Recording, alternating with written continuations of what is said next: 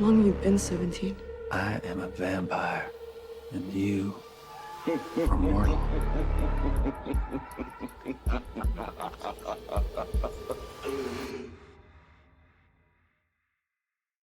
Hello, and welcome to This Podcast Sucks. The show where we take a bite out of the vampire genre. We'll be following all manner of fanged fiends through the past 127 years of film and television.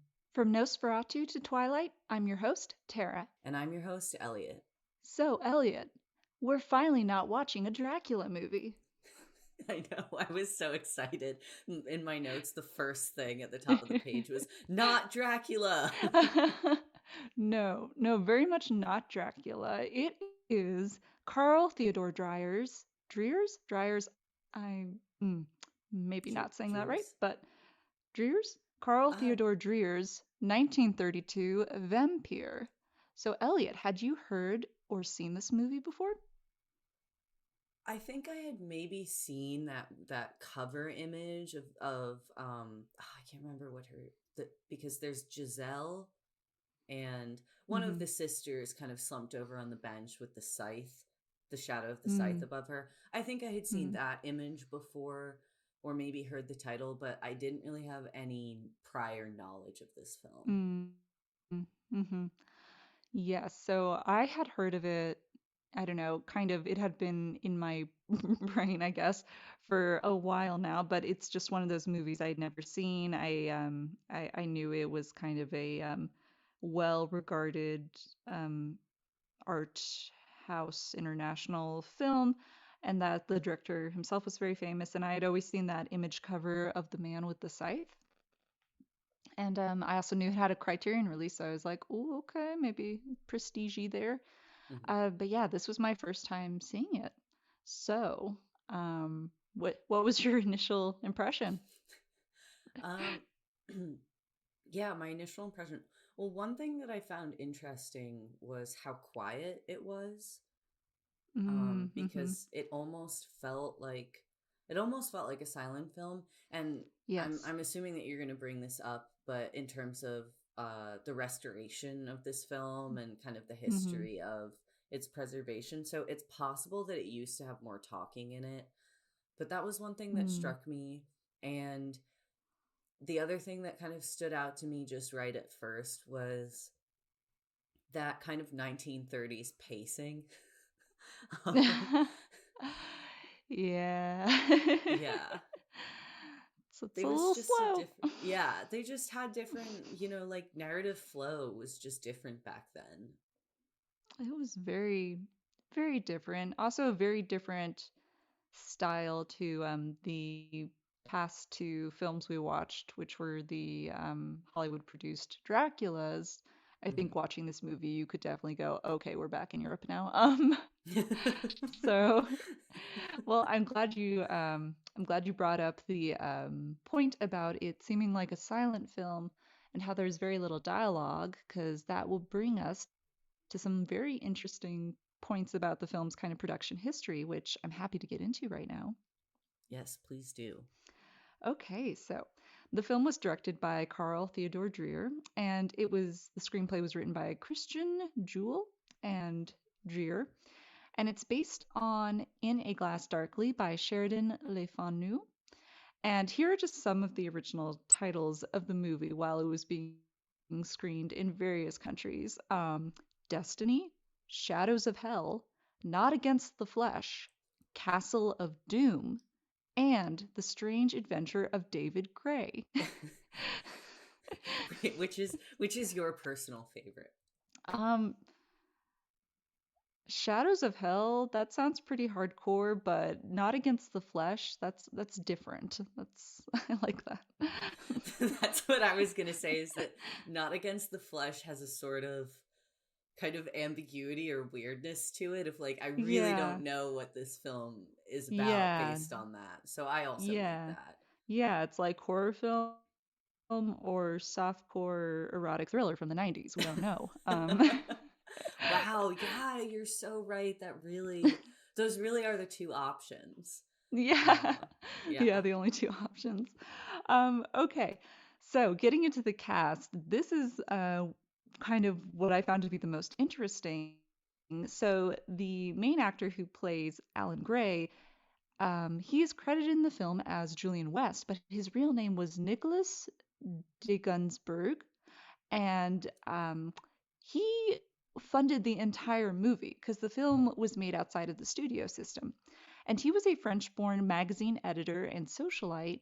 He was born a scion to a wealthy Russian Jewish family, and he kind of lived the life of a bon vivant in, the 20s and 30s when he was young, traveling around Europe. He was famous for throwing like very lavish parties. And then he became an editor for very famous fashion magazines like Town and Country, Vogue, and Harper's Bazaar.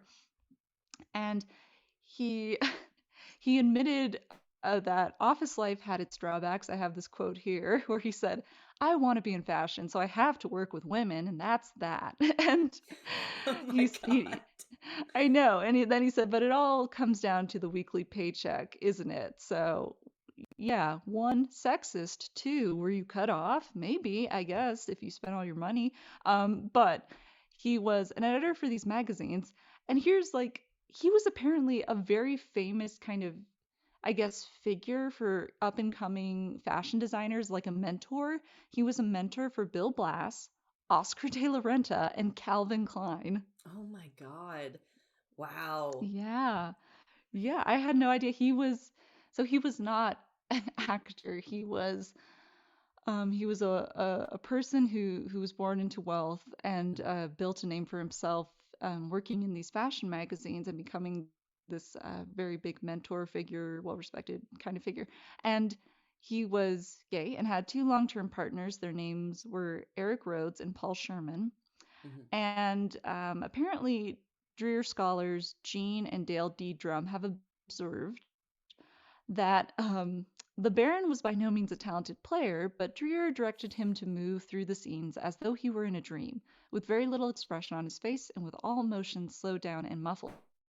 In this way, he fitted it into the mood of the film quite successfully. That's one So, way to put it.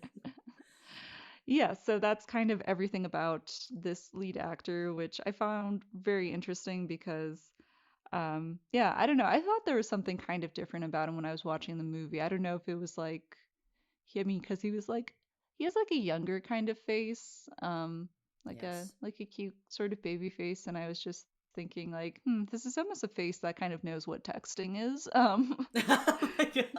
I was like, it just, I don't know. It was very youthful, kind of. I don't really see like, I guess, a face like that for men in the early 1930s.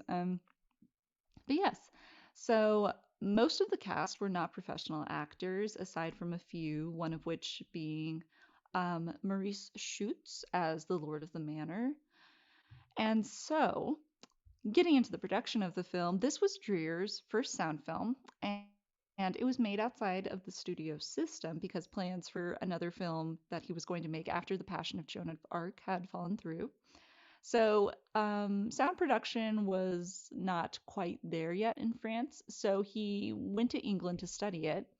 And there is, I guess, where he met the Danish author Christian Jewell, and he collaborated with them. And he wanted to do a supernatural story. And so he read multiple kind of mystery, spooky stories and was looking out for recurring themes and elements in them.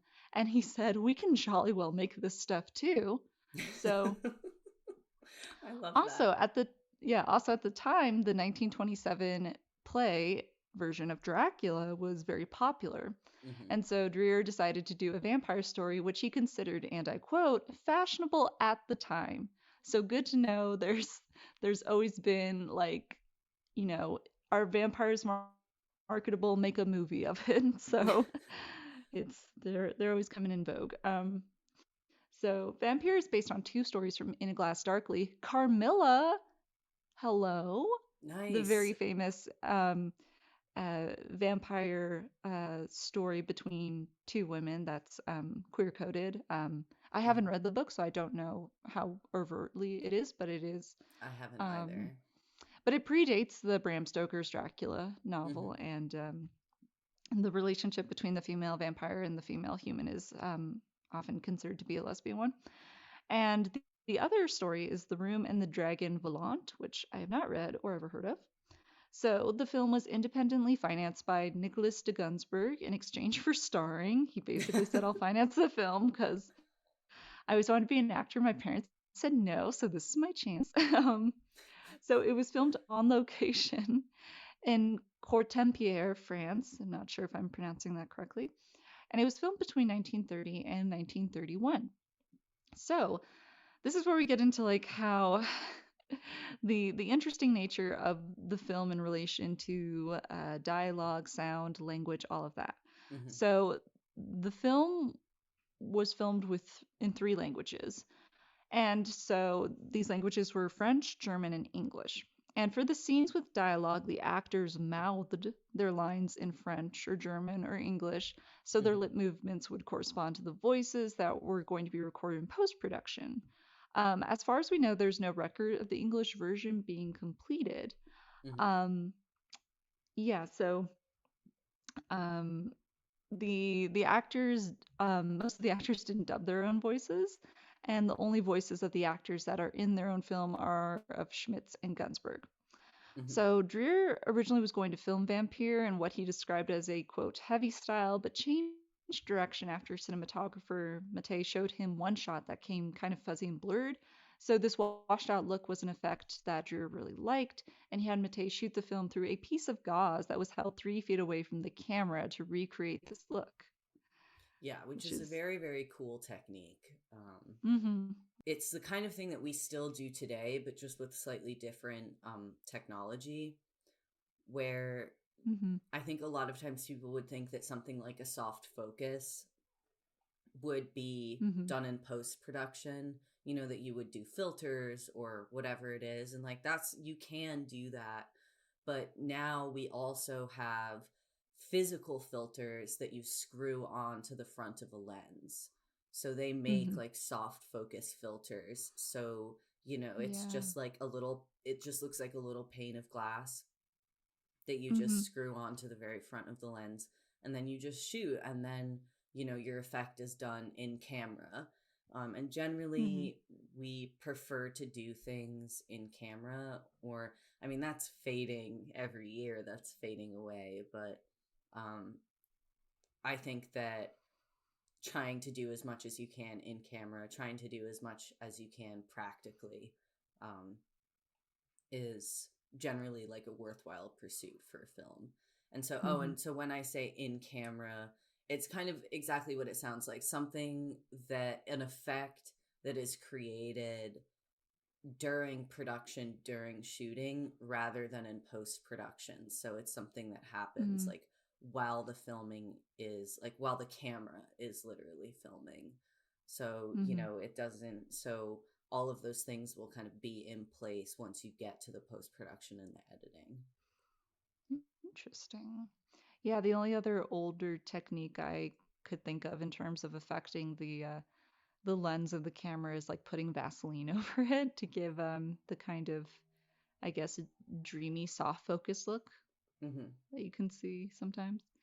But Yeah. yeah, so Dreyer shot and edited the film in France and then brought it to Berlin where it was post synchronized in both German and French.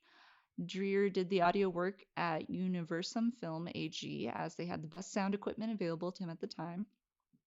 Um, the sounds of dogs, parrots, and other animals in the film were fake and were created by professional imitators, which you could very much tell in the film.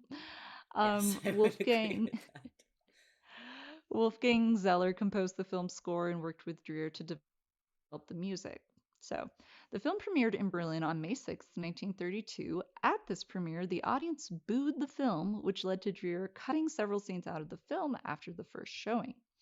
The film was then distributed in France by Société Générale de Cinéma, who had also distributed Dreyer's previous film, The Passion of Joan of Arc. The Paris premiere was in September 1932, Which where I Vampyr was believe the is, open. Mm, I think just to flag for people, I believe that The Passion of Joan of Arc is one of the most famous or critically renowned films of all yes, time. yes, yes, definitely. And so in the Paris premiere in 1932, it was the opening attraction of a new cinema. And at a showing of the film in Vienna, audiences demanded their money back. When this was denied, a riot broke out that led to police having to restore order with nightsticks. This is brutal. I mean, Like I can't like this imagine. film? I just read that and I go, for this film? Really? Okay. I know. It's like it does not feel rage riot worthy. No, no, like wanting your money back, I understand if you like got bored, but so when the film premiered in Copenhagen in March 1933, Dreyer did not attend. Can't blame him at this Yeah. point. I mean, Um, he could have been afraid for his life at that point. again, this movie, okay. Um, in the USA, the film premiered with English subtitles under the title Not Against the Flesh, which again was our favorite. Yes. An Yeah. English dubbed version, edited severely as to both the film continuity and the music track, appeared a few years later on the roadshow circuit as Castle of Doom. So Cool. interesting second life this movie was getting. Yeah. So Yeah. Dreyer soon had a nervous breakdown and went to a mental hospital in France. Poor guy. This is So so sorry. sad. Yeah. It's very sad, and the film was a financial failure. Um, okay, let's get into fun facts. Oh my God. So, I'm like, looking at his wiki page and his life sounds very sad. Um, I didn't do too much research into it. I think he came back though, because he's done a lot. I thought he did a lot of films, kind of post post yeah. this. Oh, I mean his childhood sounds like it was pretty sad. Oh, Yeah, yeah. he Oh. was adopted and his adoptive parents constantly let me know that I should be grateful for the food I was given and that I strictly had no claim on anything since my mother got out of paying by lying down to die.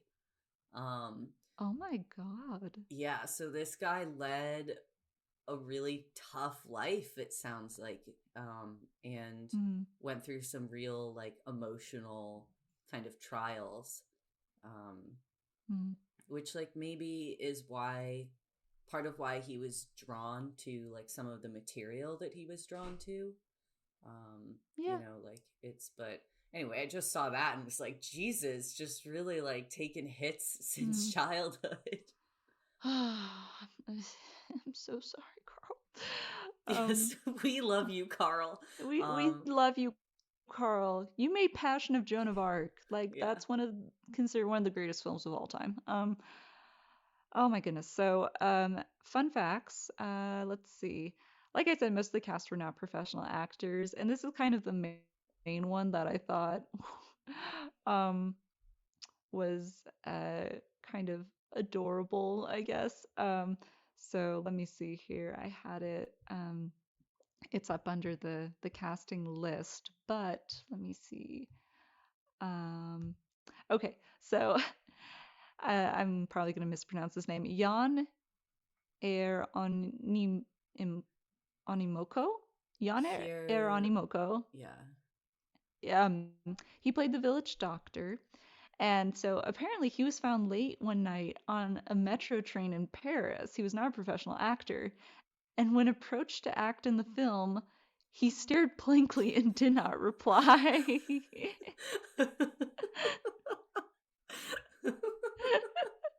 Good for this guy.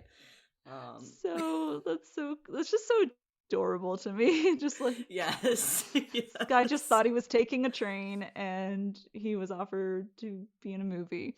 But yes, he did accept the part. Another fun fact, in the original script, the village doctor was intended to flee the village and get trapped in a swamp.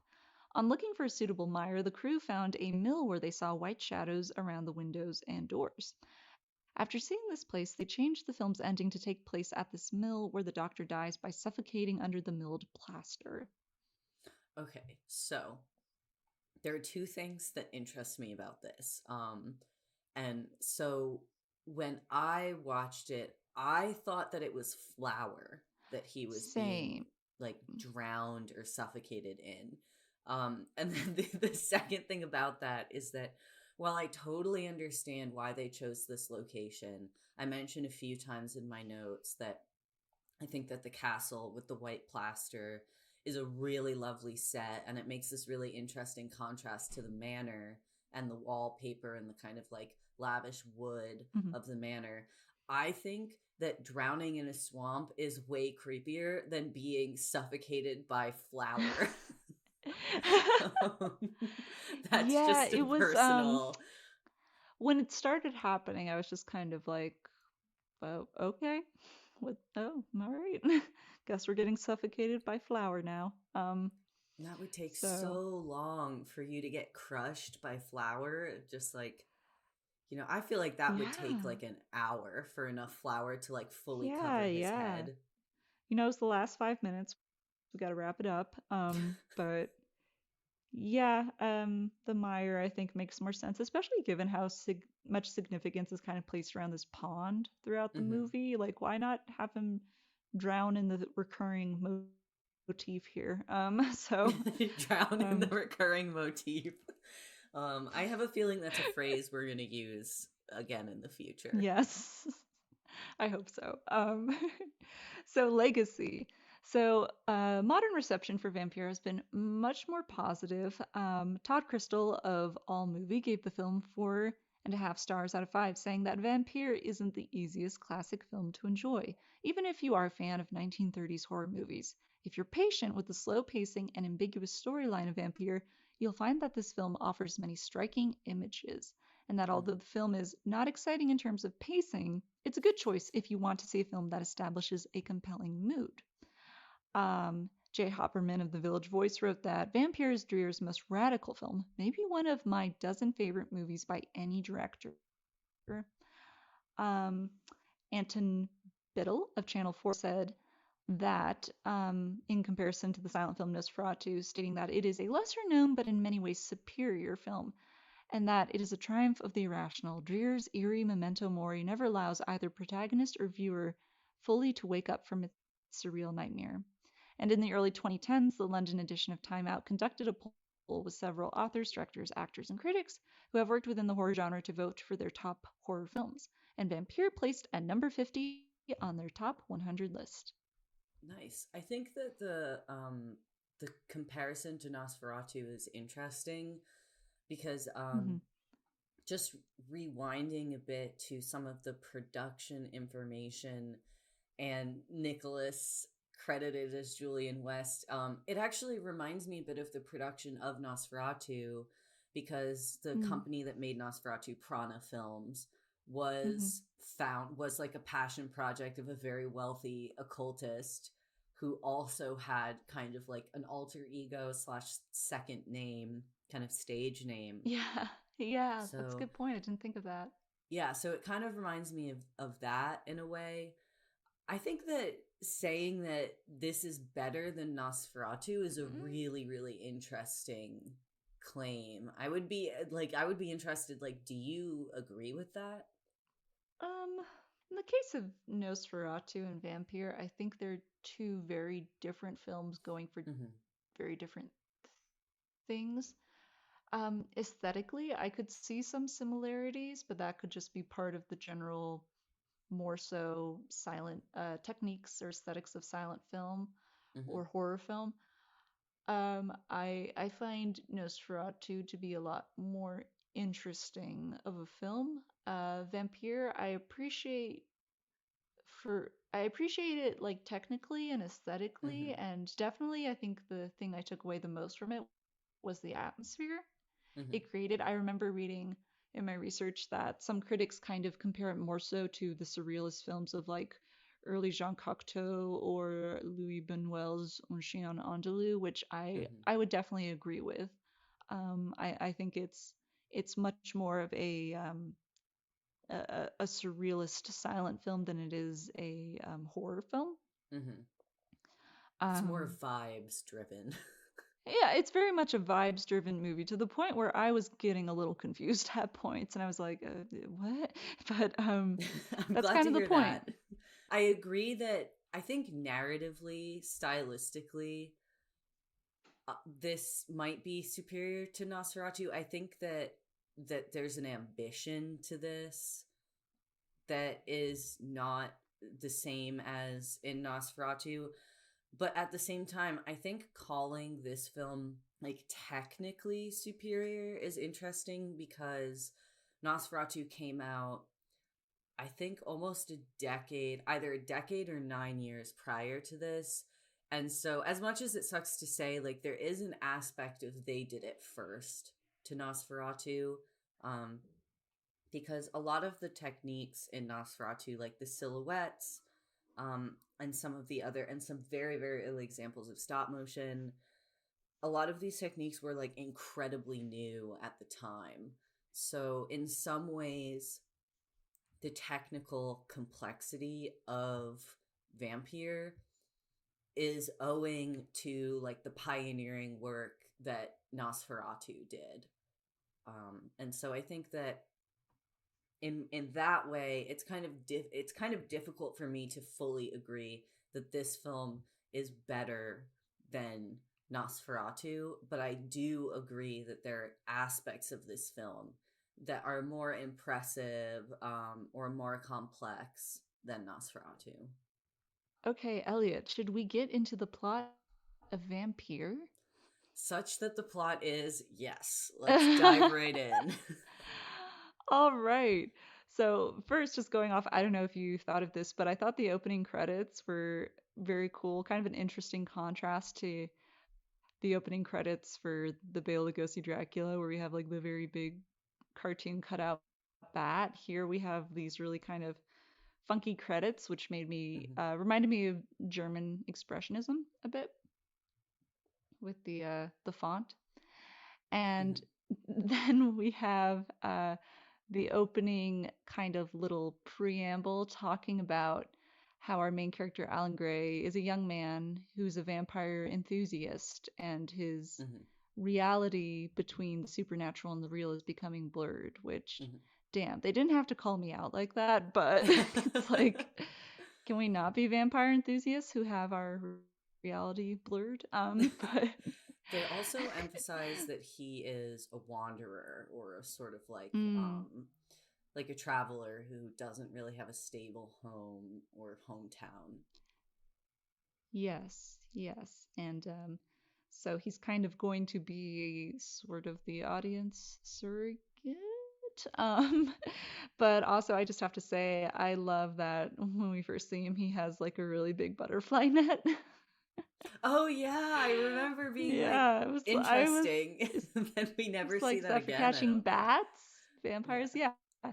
No, he like so yeah, he's just like this young, well-dressed man who arrives at an inn close to the village of Courtempier, and he rents a room at this inn to sleep. And so, while he is asleep, he is awakened suddenly by an old man who enters the room and leaves a square packet on Gray's table. He labels it to be opened upon my death on the Hmm. wrapping. Totally normal for the So, innkeeper to do. Every time I go to yeah, a hotel, I hope they leave me something to be opened only upon the death. we have the beginning of a trend here with characters who we have no idea who they are just coming in to the film. And Yes. yeah, so that was the first one where I was going, wait, hold on here. And let's see. So, Gray takes the package and walks outside, where shadows guide him to an old castle, where he sees the shadows dancing and wandering on their own.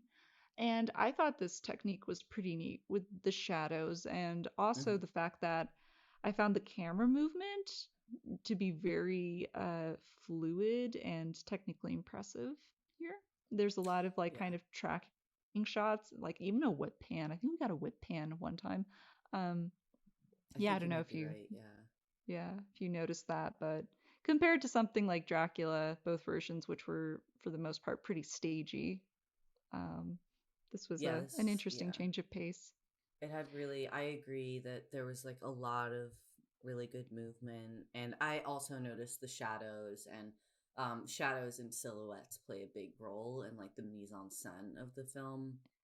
And I also Yeah, thought it's those very were like very effectively and impressively done. yeah, it's very Nosferatu kind of. Um, yeah, kind of bringing us back to that silent expressionist aesthetic. Gray also sees an elderly woman, later identified as Marguerite Chopin, and encounters another old man, later identified as the village doctor. Again, there's just a lot of characters coming into this movie with, just no sense of who they are or what they do. But Gray leaves the castle and walks to a manor, and looking through one of the windows, Gray sees the lord of the manor, the same man who gave him the package earlier. And then a shadow appears, and the man is suddenly murdered by gunshot. So Gray is led into the house by the servants, who rush to the aid of the fallen man, but it is too late to save him. So I actually thought this scene was kind of touching with the Giselle, the younger daughter, coming to the father's side, and um, he gives her like a little heart shaped locket, I think, and I think we're getting a bit of the Dreer very dramatic close ups of actors that you get a lot of in The Passion of Joan of Arc. Mm-hmm. Um, so yeah, I think here death is treated a lot more, I guess, seriously and somberly. Um, than maybe in any of the previous vampire films we've watched thus far. We do get a sense Um, of people's so grief, maybe a little bit more. yeah, I mean, all Yeah. these close-ups, the actors usually have like tears in their eyes or a tear coming down, I would say.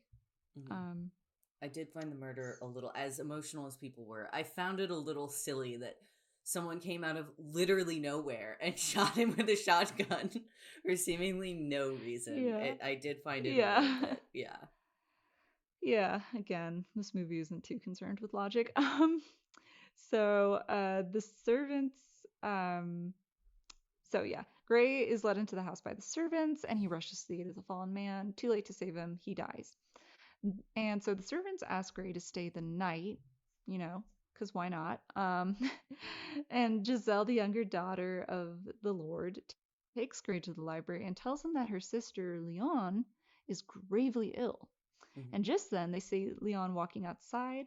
They follow her and find her unconscious on the ground with fresh bite wounds, which yeah, I think we see the bite wounds. I want to say, do we?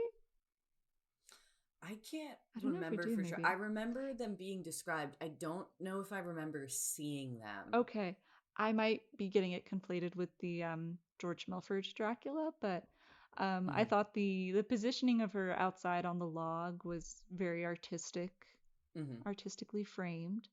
Again, we have to have our female victims with their hair strewn out and everything, and in their nightgowns. So Yes. they carry her.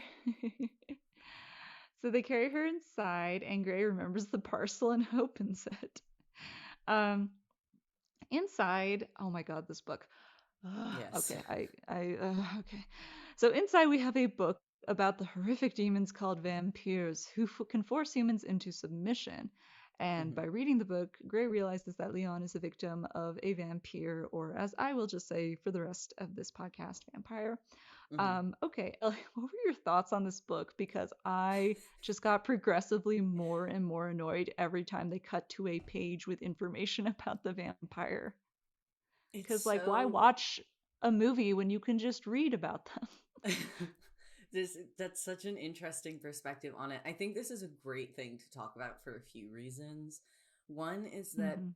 this is the most, I think, of the three films that we've watched so far, this is the most concerned with developing lore.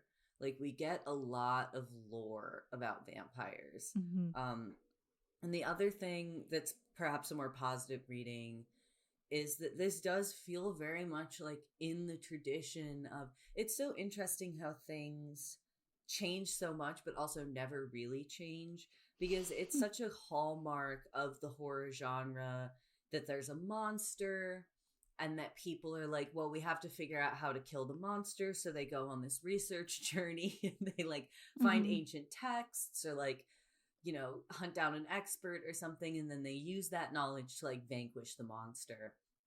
And so like that is something that from day one we see, Mm-hmm. all the way from Nosferatu to like I'm trying to think of a horror movie that came out recently. But I don't know, like like they go and they go and Yeah. they look at the microfiche. You go to the stacks in the library, you go Yeah. through old newspapers, like The Ring as well. Like you're going through archives. So Mm-hmm. I think that um there's something sweet in the fact that we can see the origin of some of these tropes and of some of these like plot elements that we see over and over again. But I do agree that it creates a really, really weird contrast where we have the action of the film, which is so ambiguous and dreamy, and like you're saying, like not really driven by logic or compelled to be logical. And then to contrast that with these like really long passages from this book, Mm-hmm. um, it does feel like there's a friction there that I think is does feel a little bit odd. Yeah. The other thing that does interest me about it is that there is all this lore, but that it differs from our kind of contemporary understanding or idea of vampires, because this says that they are terrible demons called vampires. These are the bodies and souls of the dead whose terrible deeds in life deny them repose in the grave, which is really different than the way we imagine vampires now. Yeah, I think I wrote in my notes lots of mixed lore in this Mm-hmm. book. Because it would say things like they come out on a full moon, Mm-hmm. just kind of conflating with different supernatural creatures that are reminiscent of things like zombies or werewolves. Mm-hmm. And because initially that was more the case where vampires and especially zombies were kind of the line between the two was a bit more Mm-hmm. blurred. Um, and like, yes, the book does contribute to the time-honored filmic tradition of, providing characters and by extension the audience with information about the supernatural monster creature that they are fighting. Mm-hmm. And it was interesting reading some of the lore and how it was, I think, more accurate to, I want to say, at least Eastern European uh, traditions or the mythology of vampires in that Mm-hmm. regard. Mm-hmm. But yeah, it was just it certainly it doesn't help an already very slow movie when whatever action is occurring is interrupted by continual cuts to these pages. That lasts Um, so long.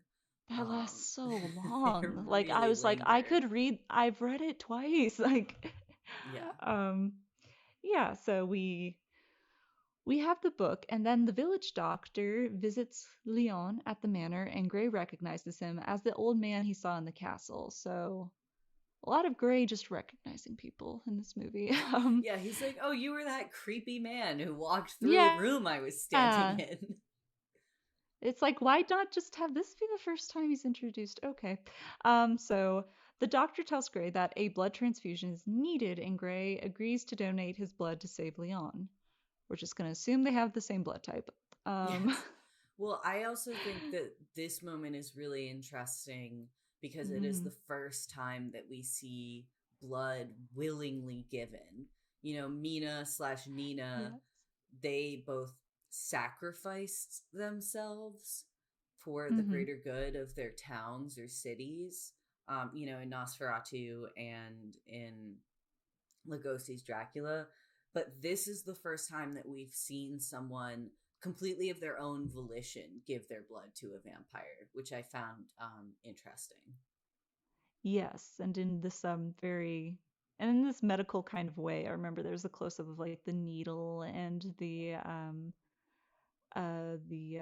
tourniquet kind of and Mm-hmm. things like that, which was interesting.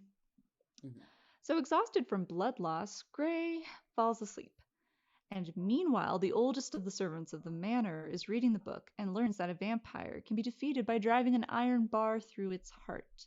So I want to say that's accurate to traditional mythology, which Hmm. is either stake or decapitation or both. It's one of those options.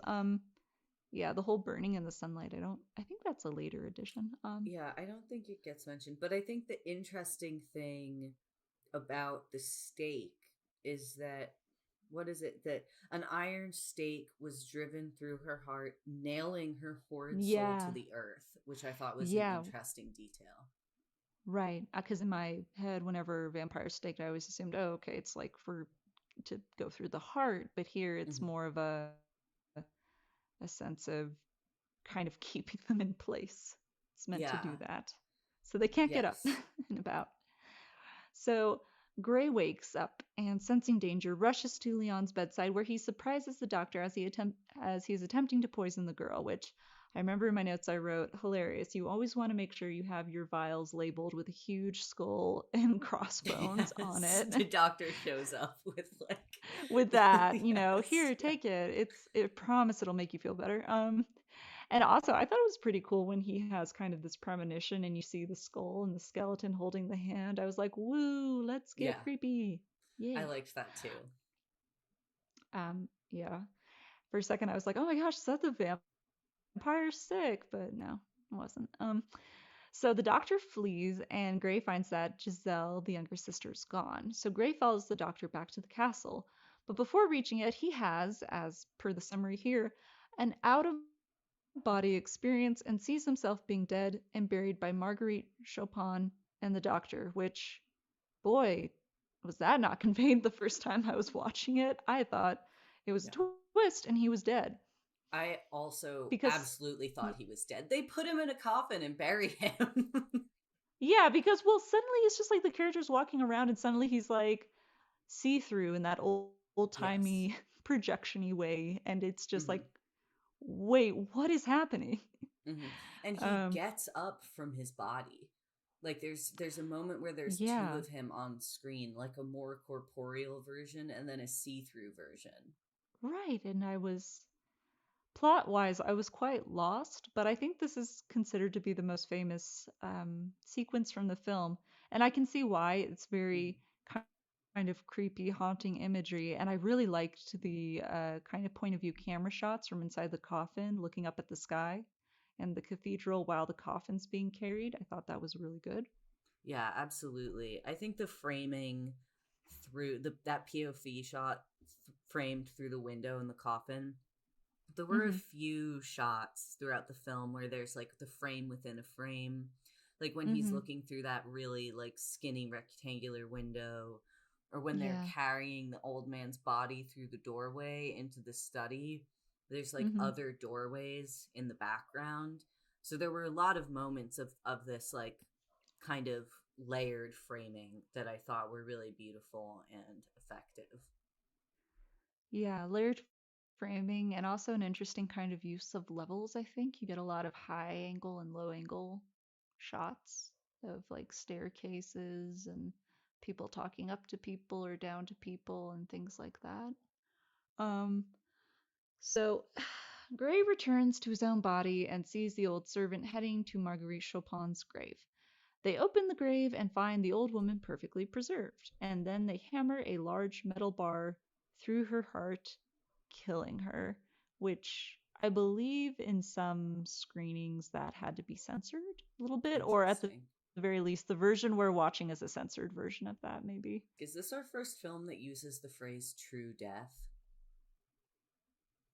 Because in the book it Um, says that the stake will cause like the true death.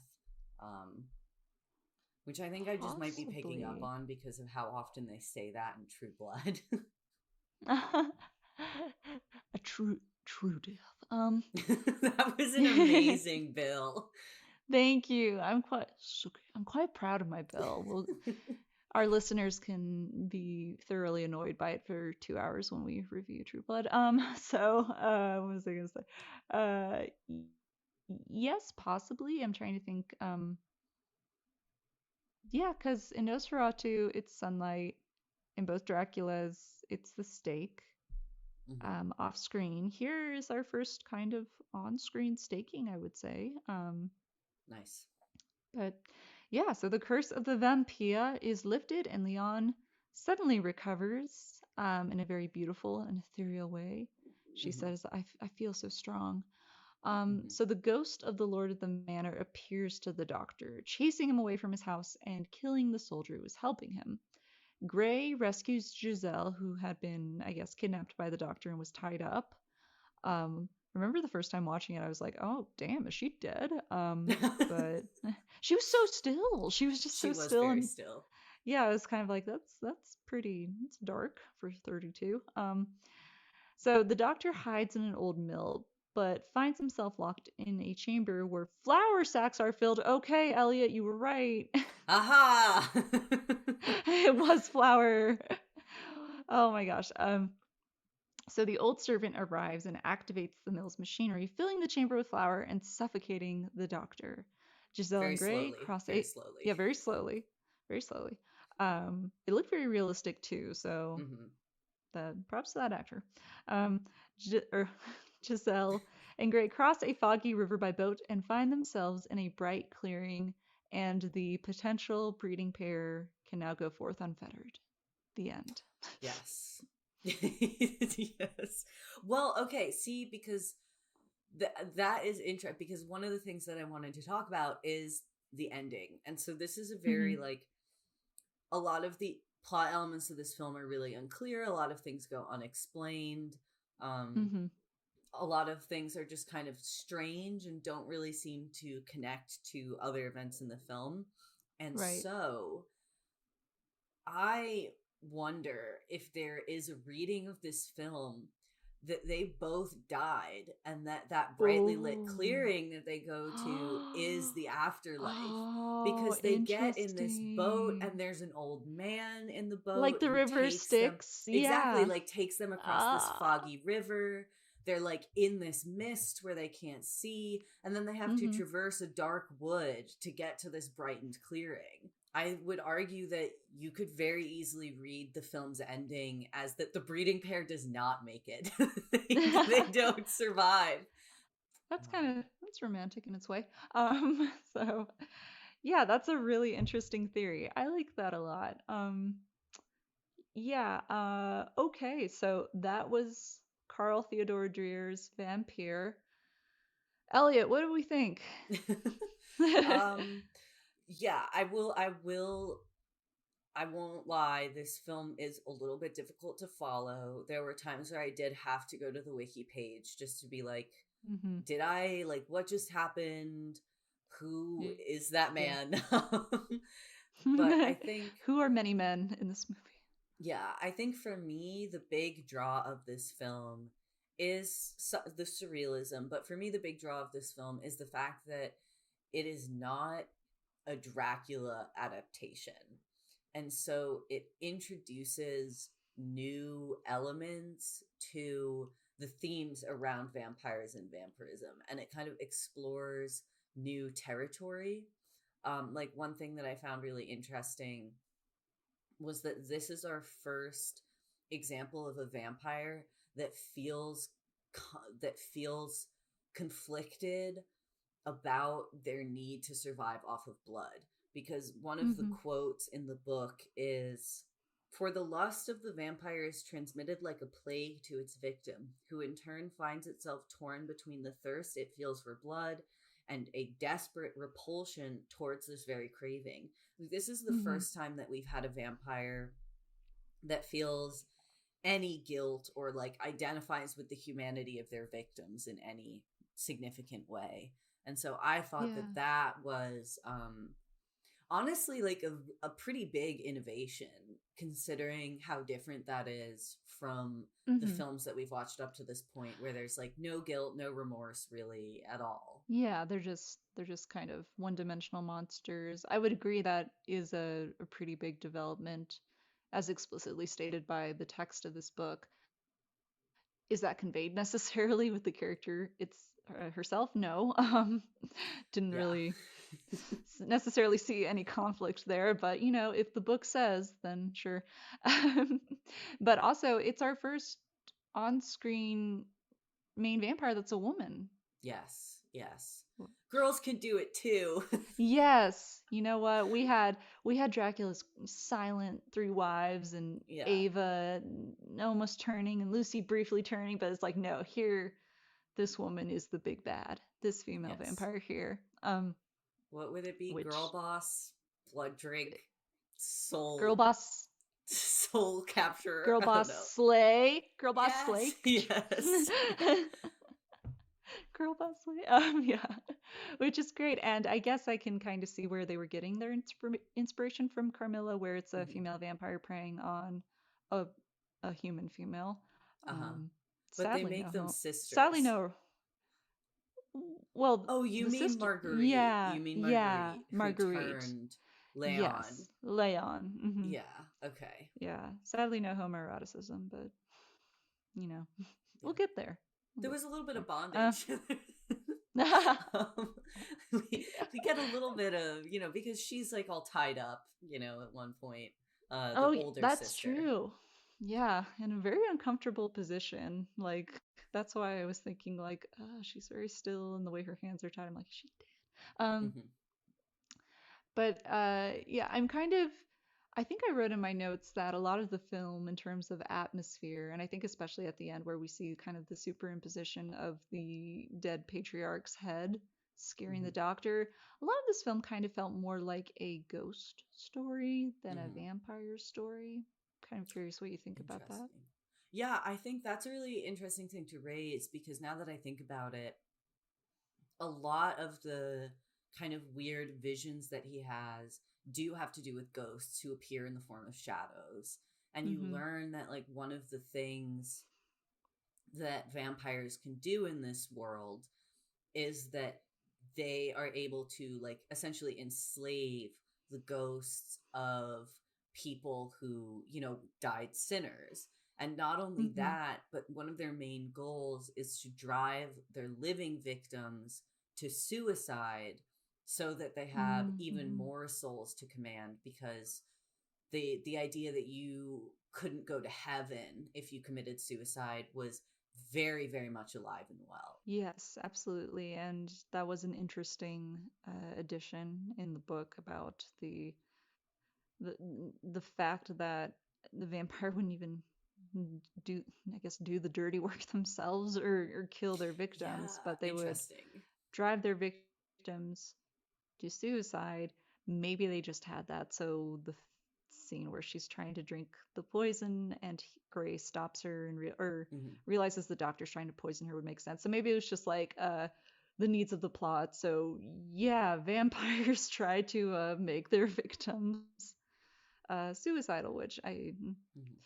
but yeah, a lot of interesting lore Hmm. added in the book, and there's a lot more of a um, religious subtext or religious theme going Hmm. through this lore that I didn't really find to be in Dracula, the true Dracula adaptations necessarily. I think that's just because both of those films are more focused on the kind of technological tension Hmm. with, I guess you would call it primitivism or like pre-modern, pre-industrial kind of era Uh-huh. um, lore. Yeah. So, but yeah, not as much religious stuff, even though the iconography is definitely there, like with the Hmm. crucifix. But that's about it, I Yeah. think. I felt like the crucifix almost was more there to provide like a visual contrast to all the scythe imagery. Um Oh, I meant in the Dracula oh, in movies. Dracula, yes, we do see Yeah, we do see the yeah, crucifix, yeah. but yeah, that's Yeah. about it. Yeah. Another thing that I find kind of interesting about this, and like all of the weirdness around the lore and like the rules, is it almost reminds me of House of the Devil, because in House of the Devil we have Ah, the guy yeah. who's a can turn into a bat, and he's able to like summon all of these ghosts and ghouls and demons and That's skeletons and right. stuff. And so that Well, kind of what? makes me think Yeah, of, yeah. House of the Devil. Well, one of the titles for the film was Castle of Doom. So Was it really? yeah, You mean House of the Devil was also titled Castle of Doom, or you mean no, Vampire no, was also one yes, of the titles for this is Castle of Doom. So which they used in the circus tours, right? you are correct. They did use the title Castle of Doom in the traveling roadshow circuit. So Which like there, I you can wonder. already see, yeah, they're trying to like. I find it interesting when American distribution practices included like taking films that are a lot artsier or longer and like, but if they're horror, they have horror elements. They're trying to cut them into like something much more exciting or Mm. like superficially kind of just like scary and titillating kind of. And yeah, I always think that's interesting. It is, especially because it's kind of one of the places where we see real differences between cinema culture then versus now, because like this idea of releasing a film under multiple titles, releasing significantly different cuts in different countries, um, was like very much the norm. And now we really, really don't feel that way anymore. Like the cut is the cut. Like we have this devotion and there's this sanctity built around like the final version of a film. And like you look at films like Blade Runner, like there's so much contention over like the theatrical release versus the extended edition versus the director's cut. Hmm. Yeah, did we have any thoughts on the acting overall? I mean, the lead guy understandably is a bit of a cipher. um, He really, I don't think he has like any major emotion throughout the film. Even when he's being buried with alive, yeah. he's like, well, unexpected, but okay. A surprise to be sure, but a welcome one. Yeah, just I think the love my daughters Palpatine memes. were, I think the daughters were the best Yes. actresses. Also, I can see why they picked the train guy to be the doctor because he has a distinct look. I kept thinking, was Hmm. like, oh, who's this Albert Einstein looking guy here? And he Yeah, had that's a good description of him. yeah. And like, I mean, I thought he worked really well in the part. Granted, I wouldn't say any of the role, like any of the characters, really have any depth here. Yeah, they're more I just think they're experiencing. We're just watching them experience the creepy things that Jair, yeah, wanted them to kind of go through. yeah, and I think the central character Alan is very much meant to be an audience surrogate. Hmm. Um, yeah, it's very much a, like you said earlier, a vibes piece. A vibes only piece. Vibes Um, only. Very thin yeah, on story. yeah. Alright. What was your favorite moment? I feel like we've picked a kind of Yeah. favorite moment from the last several. So, Oh yeah. Favorite moment is definitely where he is being buried alive mhm. and you get the point of view shots from inside the coffin. Thought that was great. Technically, atmospherically, really liked it. Mhm. Yeah, I think my favorite moment was when we see the two sisters together, and this Mm. is on the cover or like on the poster for the film, but Leon is like kind of looking at the ceiling almost, or has this kind of really like deranged grin on her face, and she's kind of like Mm. looking around, and then eventually her gaze lands on her sister, and there's this moment where you think that she might like attack her or try to drink her blood. And so that was the first time where I actually felt a bit of like fear, or like it was the first time that the horror of the piece kind of hit me, or maybe even the only time that the horror of the piece kind of hit me, because like yes, this is a horror film, absolutely, but I didn't find it particularly frightening.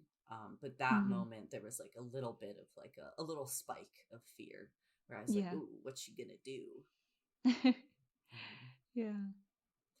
but another thing that I another thing that thematically that stuck out to me about the film was that I did feel like there was this undercurrent of ableism, or this undercurrent of, because several of the Yeah. figures that he encounters that disturb him are people with physical disabilities, or like Mm. physical kind of mobility impairments. Like we have, I think he's credited as the limping soldier, but one of the Yeah. recurring figures in the film is a soldier with a prosthetic wooden leg, and he is one of the few things that our protagonist has like a kind of bigger reaction to.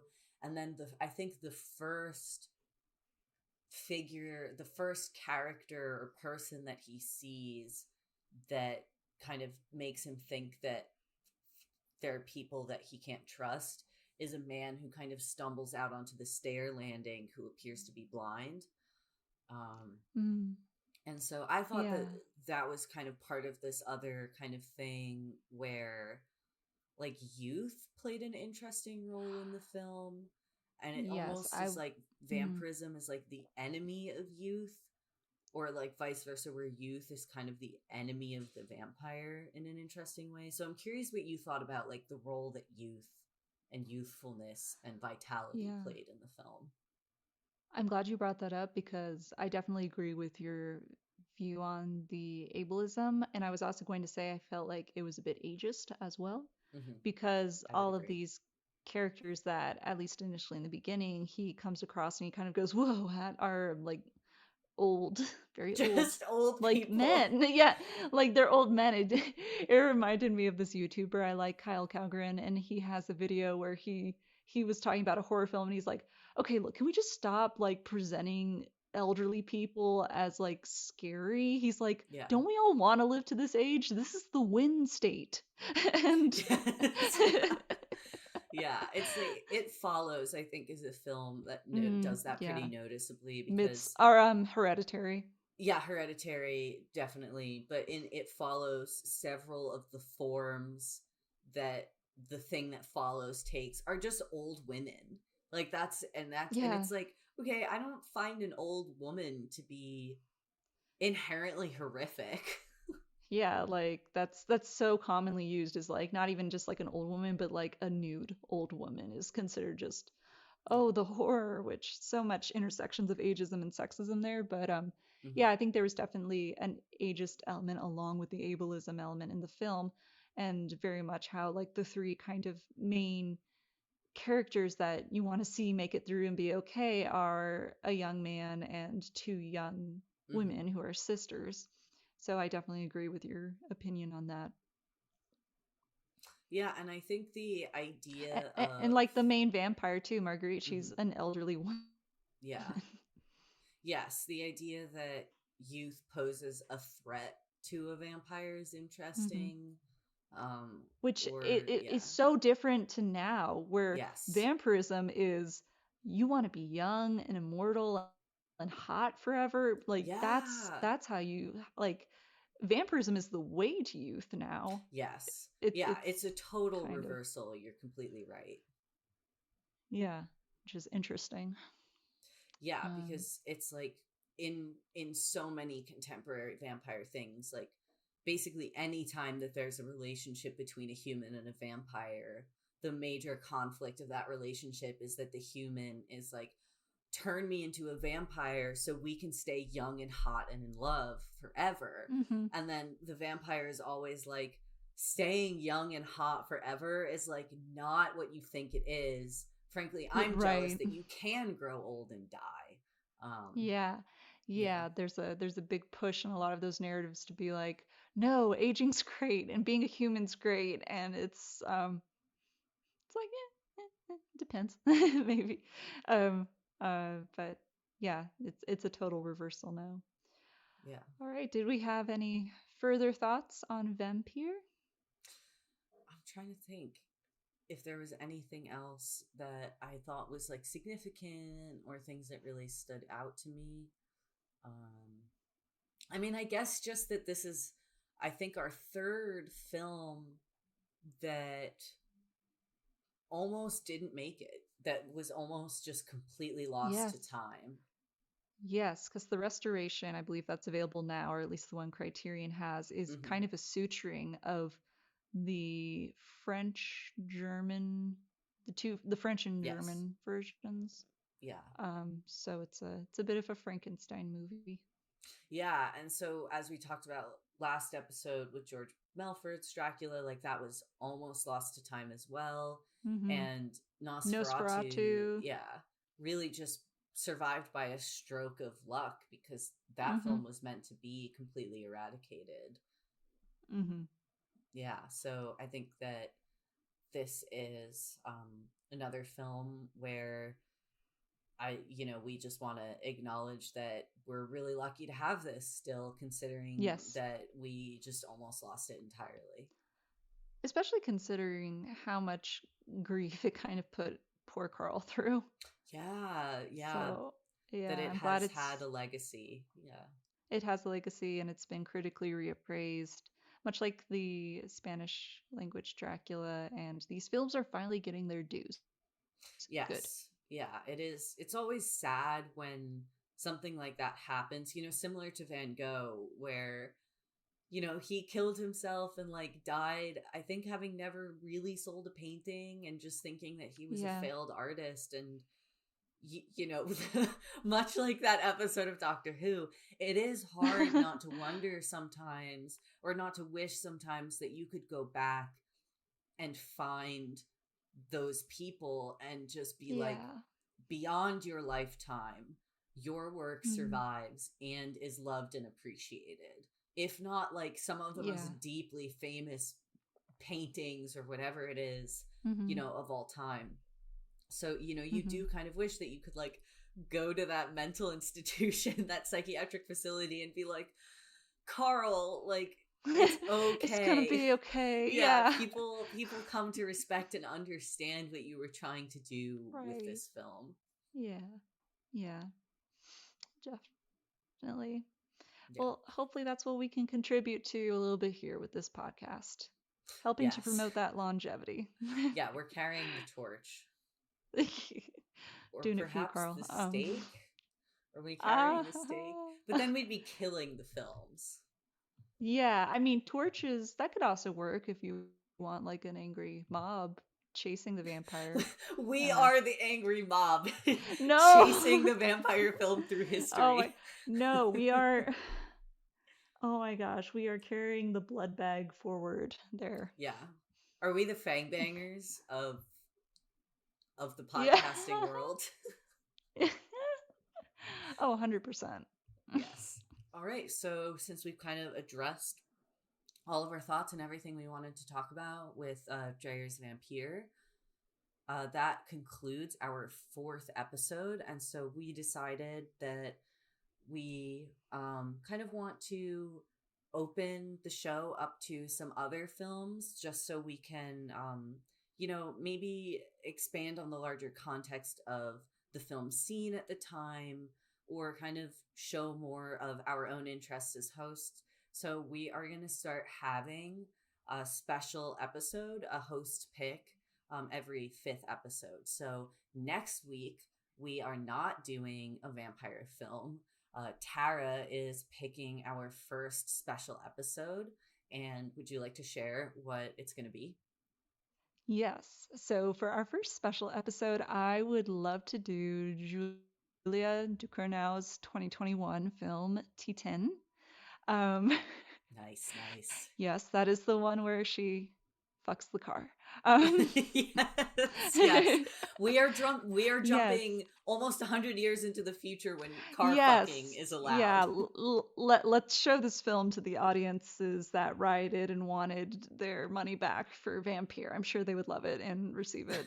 Um, but yes, I watched this film recently and I loved it. I love Julia Ducournau's debut Future Raw, and I think she's just only getting better Mhm. and better. And I'm excited to see what she does next.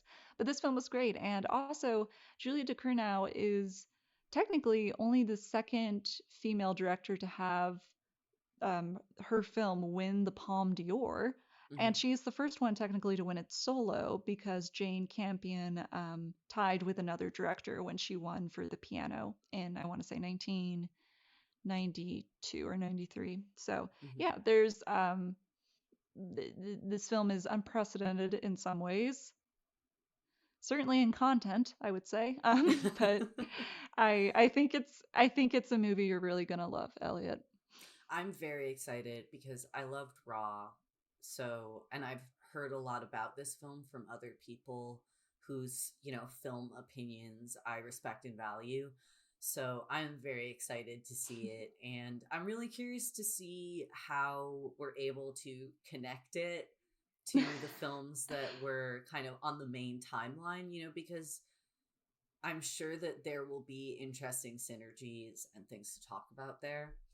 So yeah, and it'll just be great to, for each of us to kind of share some of the things that have drawn us to cinema and some of the things that have made us into the cinephiles that are going to sit through every vampire film that can be found under the sun Yes. or under the moon. Oh my god. We need to see if the films hold up to the sun's rays, Yes, to the yeah. light. Well, All film right. stock, famously sensitive to light. Wow, True. have we just Oh my unlocked god. is cinema and film itself the modern vampire? Oh my god. Elliot, you're bringing up just like genius level connections here. God This is tier. why this Yeah. is why the work we do is so significant. Yes, we are incredibly significant. Um but legitimately I All think right. that's something to talk about going forward. Um Oh yeah, definitely. Yeah. All right. Yeah. Well, thank you guys for listening to another episode of This Podcast Sucks. Find us where you get your podcasts on Spotify, Apple Music, and YouTube. Follow us on social media and give us a like. You can find us at That Vampire Pod on X, formerly known as Twitter, and Instagram. We'd love to hear from you guys, and remember, stay bloodthirsty. Catch our next episode on Julia Ducournau's Titan.